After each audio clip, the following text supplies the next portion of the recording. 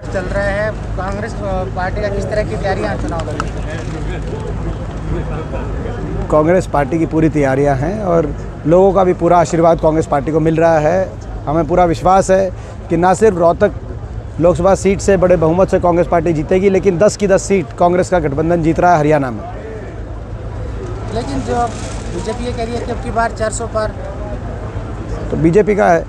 BJP के बहुत से नेताओं ने कहा 400 पार का नारा इसीलिए दिया है कि हम बाबा साहब के संविधान को तोड़ेंगे, और हमारा कहना है कि बाबा साहब के संविधान को तो हम बीजेपी को नज़दीक भी नहीं फटकने देंगे, लेकिन बीजेपी के किस घमंड को तोड़ेंगे। लोगों का भी ये कहना है कि बाबा साहब के संविधान को नहीं तोड़ने दिया जाएगा, बीजेपी के घमंड को तोड़ने का काम करेंगे।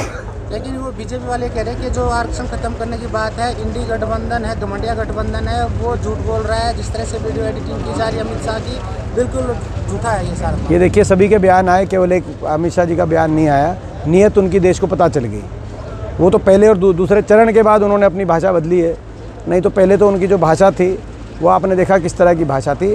हर उनके नेता आनंद कुमार हेगड़े से लेकर, उनके जो मेरठ से चुनाव लड़ रहे हैं गोविल जी से लेकर, और जो इनके आरएसएस के जो मुखिया हैं, उनके बयानों तक एक ही बात आ रही थी कि हम 400 पार का नारा इसीलिए कि हम बाबा साहब के संविधान को तोड़ने का काम करेंगे।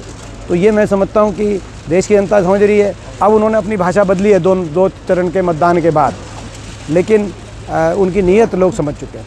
बीजेपी नेता ये कह रहे हैं कि आप इमोशनल कर रहे हैं, चुनाव लोकसभा का इमोशनल ब्लैकमेल हो रही है, आप लोगों को इमोशनल ब्लैकमेल कर रहे हो उनका परिवार। ये देखिए, आपने सुना मैं किस बात पे बात, मैंने अपने काम और आचरण के आधार पर लोगों को तराजू पे तोलने की मैं अपील करता हूँ।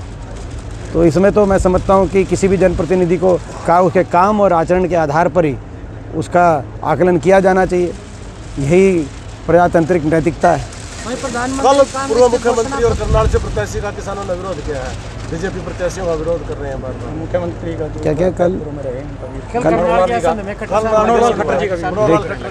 मुख्यमंत्री का विरोध। देखिए, मैंने शुरू से एक बात कही है कि विरोध प्रकट करने का सही तरीका मतदान है। लोग अपना गुस्सा मतदान के माध्यम से, वोट की चोट के माध्यम से प्रकट करें। किरण चौधरी जिस तरह से नाराज है कैप्टन अजय यादव टिकट नहीं मिलने का, देखिए, कांग्रेस पार्टी में सभी का मान सम्मान है और सभी को एक साथ लेके कांग्रेस पार्टी चलेगी। ज्वाइनिंग लगातार जारी है, किस तरह से देख रहे हैं आप? देखिए, ये मैं समझता हूँ कांग्रेस पार्टी ने सभी प्रत्याशियों का चयन सोच समझ के किया है।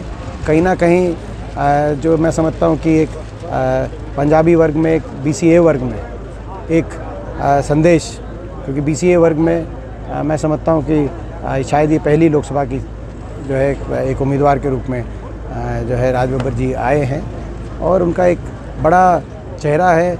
उत्तर प्रदेश के कांग्रेस कमेटी के वो अध्यक्ष रहे हैं, इतने बड़े प्रदेश की कांग्रेस कमेटी के अध्यक्ष रहे हैं, और उन्होंने बड़े वर्षों तक उत्तर प्रदेश की राजनीति में एक बड़ी भूमिका उनकी रही है, और अब वो हरियाणा के अंदर उन्हें एंट्री करी है। तो एक बड़ा चेहरा है वो, सर्व समाज का बड़ा चेहरा है, पंजाबी समाज का, BCA वर्ग का भी एक बड़ा चेहरा है। ये बात की BCA वर्ग मांग कर रहा था पिछले समय, आपने समर्थन किया था, वो मांग का पूरा किया गया? देखिए, वो भी एक पहलू है। MP साहब, जिस तरीके से इंडिया गठबंधन के आप प्रत्याशी हो, लेकिन इंडिया गठबंधन की जो पार्टियां हैं वो इलाके में आपके साथ दिख नहीं रही, क्या कहो? जो नेता है हमारी पार्टी के, ये विक्की बलारा जी हैं, ये आम आदमी पार्टी के हैं, और इन्होंने जिला परिषद का इलेक्शन लड़ा था बड़ी बहु से। इनकी अच्छी वोट आई थी। विक्की, कितनी वोट आई थी? 5,000 वोट भी आई थी। आम आदमी पार्टी से ही लड़ा था। ये सिंबल पे भी लड़ा था उन्होंने। तो आपकी बात की तो पोल यहीं खुल गई।